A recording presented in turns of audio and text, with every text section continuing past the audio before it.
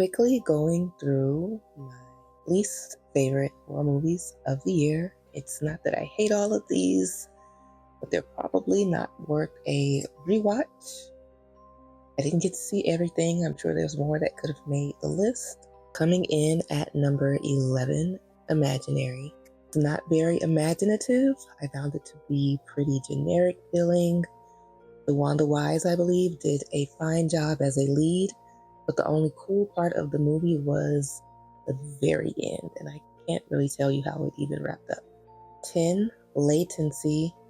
Cool story. A gamer, full-time gamer with agoraphobia. I feel like they didn't push the agoraphobia element as much as they could have, and the movie ran out of steam. The movie ran out of steam as far as what they could have done with virtual reality headset experimental testing gone wrong. Number 9, I didn't hate. It just, again, felt a little generic for an AI home movie. I did like seeing the type of AI that we have today. There were plot lines that didn't pick back up. We didn't see how they were resolved. The ending didn't feel like great writing to me, and I don't think it worked as a horror movie. It would have been fine as maybe sci-fi, but not as effective as horror. Coming in at number 8, Chime. I didn't understand this movie. There's no other movie on this list that I just didn't really get. It is beautifully shot. I saw some people saying it was one of the scariest movies of the year. And the only thing that made me jump was when a woman was recycling. And there was a little jump scare because it was loud hearing the cans. That's it. It was a little creepy. And it was only 45 minutes long, and it felt like a chore. I was falling asleep. Number 7, In a Violent Nature. It's not what I thought it was going to be, which is not completely fair to judge it on that.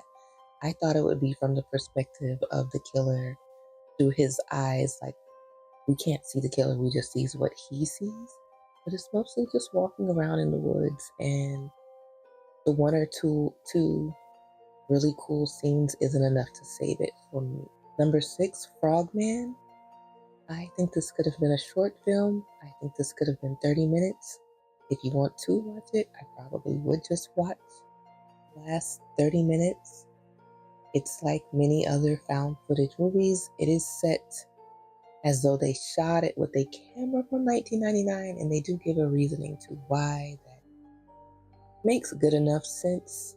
But if you're just interested to see the creature feature and when things actually start happening, because the first hour is nothing, just watch the last 30 minutes. Number 5, Tarot. It had some really cool demon type figures that were not utilized in a very cool way. The acting was shaky. There was some comedic relief that did work, but it just felt like it was an opportunity, especially as popular as cards are, that they didn't flesh it out. I don't know what I wanted more from it. Maybe starting with the acting.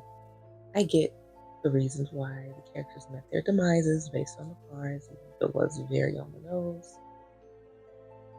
I don't know. Left something to be desired, not scary at all. Number 4, Night Swim. I was really looking forward to Night Swim. The trailer looked so good. The one shot of the girl in the water is the most beautiful shot in the whole movie. And the best tension is probably also the scene in the trailer, the Marco Polo scene. It felt like a Lifetime movie, a Lifetime horror movie. Those exist if you've never seen one. It had some drama and some family elements. Something happened in the theater, and the movie went out in the last 15 minutes. My friend didn't even look up the ending to see how it's finished.